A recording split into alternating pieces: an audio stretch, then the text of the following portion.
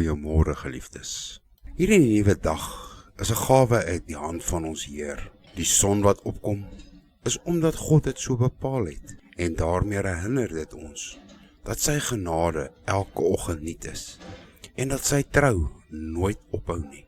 Mag ons harte oop wees om sy stem te hoor en ons lewens bereid om sy wil te doen. Kom ons word stil, kom ons haal diep asem en onthou, voordat ons enigiets doen, is God reeds daar. Hy wag op ons, hy nooi ons uit om deel van hom te wees. Hy dra ons, hy is om ons, hy is vir ons, hy is in ons.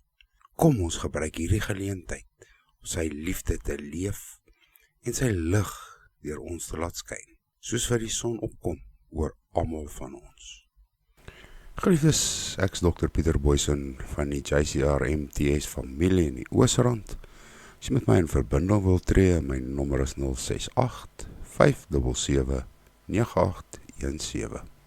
Maar voordat ons verder gaan, kom ons word net eers stil voor ons hemelse Vader. Abba Vader, Heer, Vader, wat 'n wonderlike voorreg en eer het dit nie, om weer vanoggend te kon wakker word, weer vanoggend U aan nabyheid te kan aanvaar en kan voel. Heer, hoe lekker is dit nie om te weet dat U vir ons is nie, dat niks wat teen ons staan, sal staande bly as U vir ons is nie. Vader, gee ons die vrymoedigheid om vandag ons volle wapenrusting aan te trek en dit te kan uitleef. Maar Heer, dankie vir 'n wonderlike geleentheid om met die mense te kan gesels, U woord te kan oorbring. Dankie Vader vir U genade, vir U liefde. Vul ons met U vrede en U vreugde. Vader, maar laat U wil in alles geskied. In Jesus se kosbare naam vra ek dit alleen. Amen. Geliefdes, die wapenrusting van God is opgeskryf in Efesiërs 6. U kan dit gerus weer gaan lees. Ek wil vandag my reeks afsluit met gebed. Efesiërs 6 vers 18. Terwyl julle met alle gebed en smekinge by elke geleentheid bid vir in die Gees en juis daartoe waak om met alle volharding en smeking vir al die heiliges. Geliefdes, onthou julle die 3 redes hoekom ons die wapenrusting van God moet aantrek. Identiteit, selfvertroue, standvastigheid. Vandag kyk ons na die laaste deel van hierdie wapenrusting, naamlik gebed. Ek weet, jy gaan nou vir my sê, maar dit is nie klere wat ons kan aantrek, soos in die ander dele van die wapenrusting. Nee, ek verstaan dit. Dit is deel van ons uitrusting nie, maar dit is deel van die volheid van die wapenrusting vasvat. Soos die parfuum wat jy aanspuit nadat jy aangetrek het. Gebed verseker dat alles afgerond is en lekker ruik. Wat help dit? Ons het die hele wapenrusting aan, maar ons staan nooit tyd af aan die een wie die wapenrusting vir ons gee nie. Om die dele van die wapenrusting te gebruik, moet ons vra dat die Heilige Gees ons daardeur help.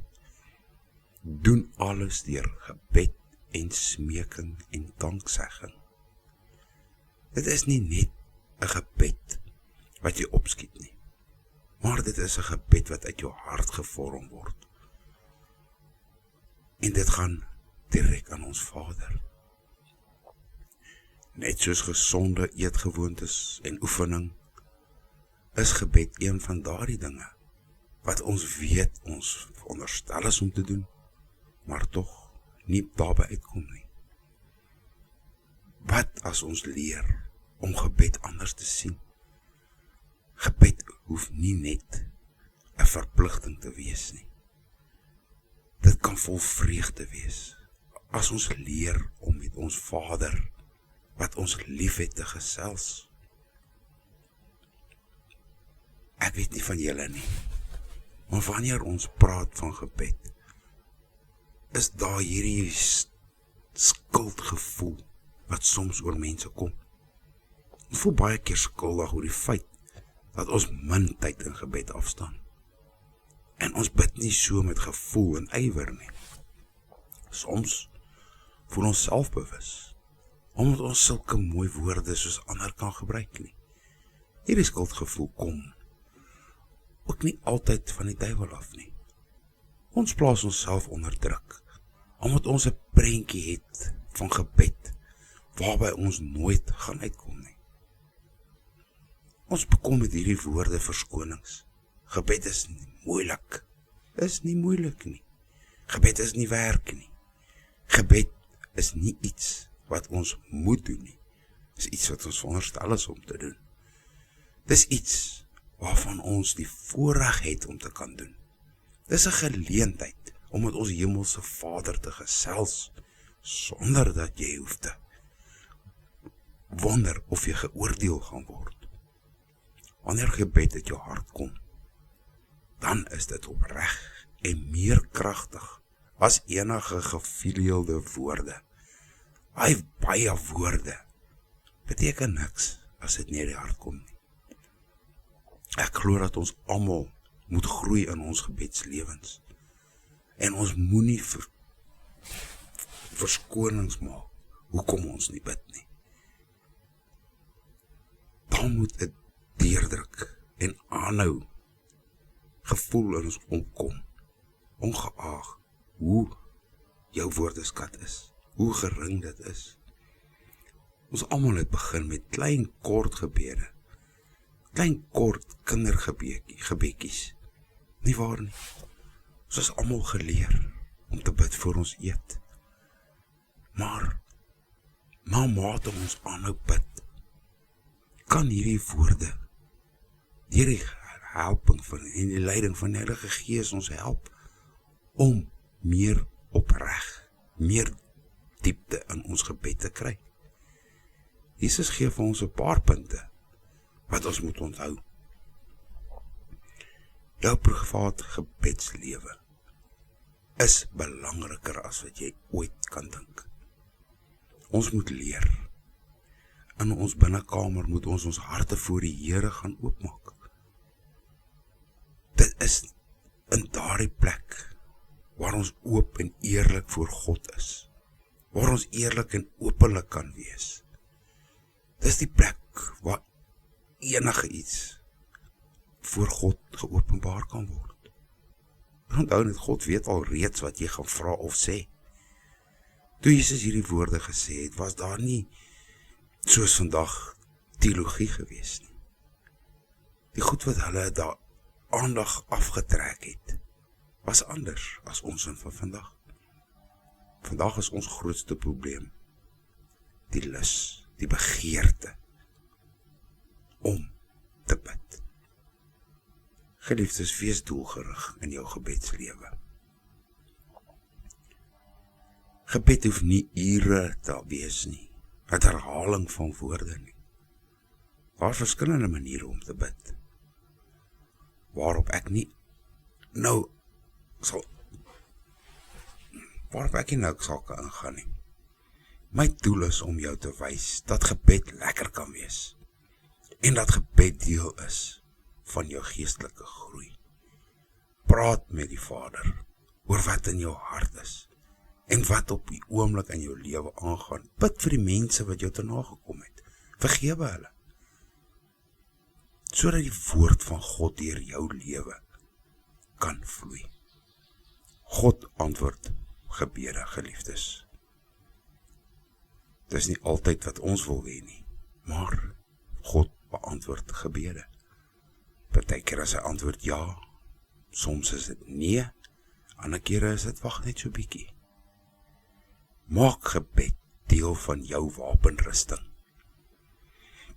Want sonder gebed kan ons nie staande bly nie. Bid sonder ophou en vertrou dat God elke gebed verhoor. Die vyand is bang vir mense wat bid. Dis hoekom hy jou gedagtes sal aftrek, sal aflei. Dis hoekom ons gebedslewe aangeval word. Gebed vir ander sake, geliefdes. Hou aan bid, moenie ophou nie. Druk deur en sien hoe die Here jou gebede beantwoord. Matteus 6, vers 5. En wanneer jy bid, moet jy nie wees soos die geveinsdes nie, want hulle hou daarvan om in 'n sinagoges en op hoeke van strate te staan en bid, om deur mens gesien te word. Voorwaar ek sê vir julle, dat hulle loon weg het. Jy sien, geliefdes, hier sê die woord vir ons dit so duidelik, dat jy nie nodig het om op straathoeke te gaan staan, en ellelange gebede af te steek nie. God ken jou hart, hy het jou dank geskape. Bid eerlik gesels met Vader. Jeremia sê 29 vers 12.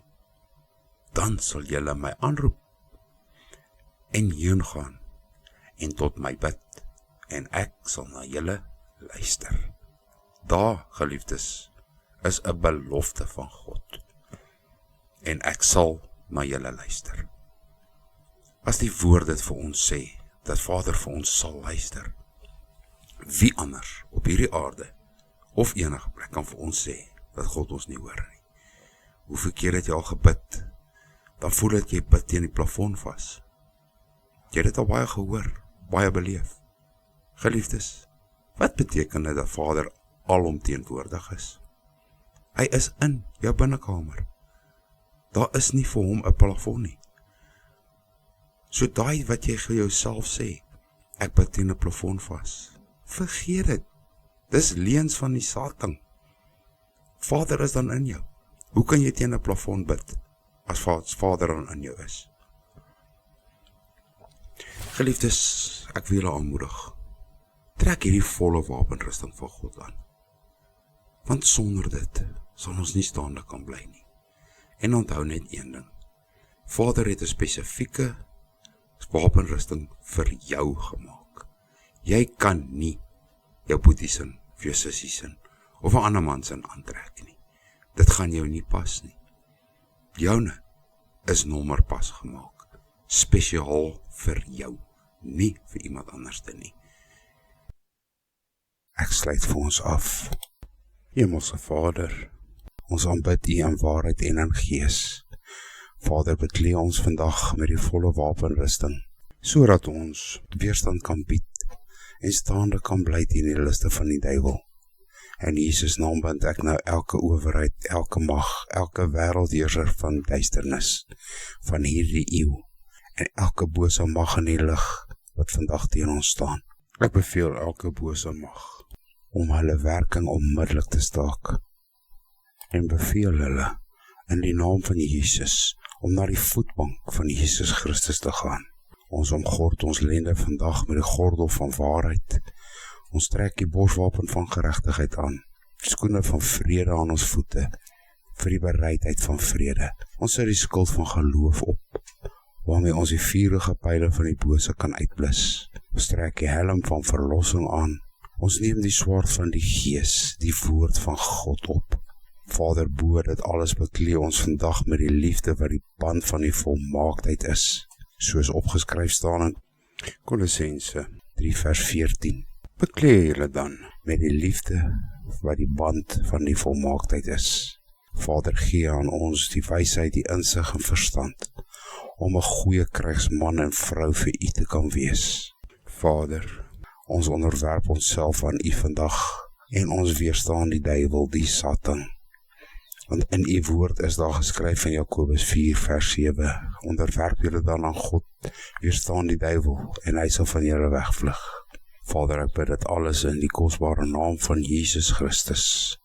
Vader, ek wil die aanhoorder van hierdie boodskap seën en lewe oor hulle spreek. Eerstens kom ek teen enige bose mag, die prinsdom van duisternis, se planne van Satan die duiwel, om te vernietig, te steel en te verslind, dat dit sal sterf en geen effek sal hê nie. Vader, ons weet en glo dat daar nou lewe gespreek word oor hierdie persoon se gesondheid, sy huwelik, verhoudings, finansiële, sy besighede en geestelike lewe. Geliefdes, jy sal God se seën en beskerming ondervind. God seën en behoed jou. God laat sy aangesig oor jou skyn en verhef sy gesig oor jou en gee jou vrede. Amen en amen.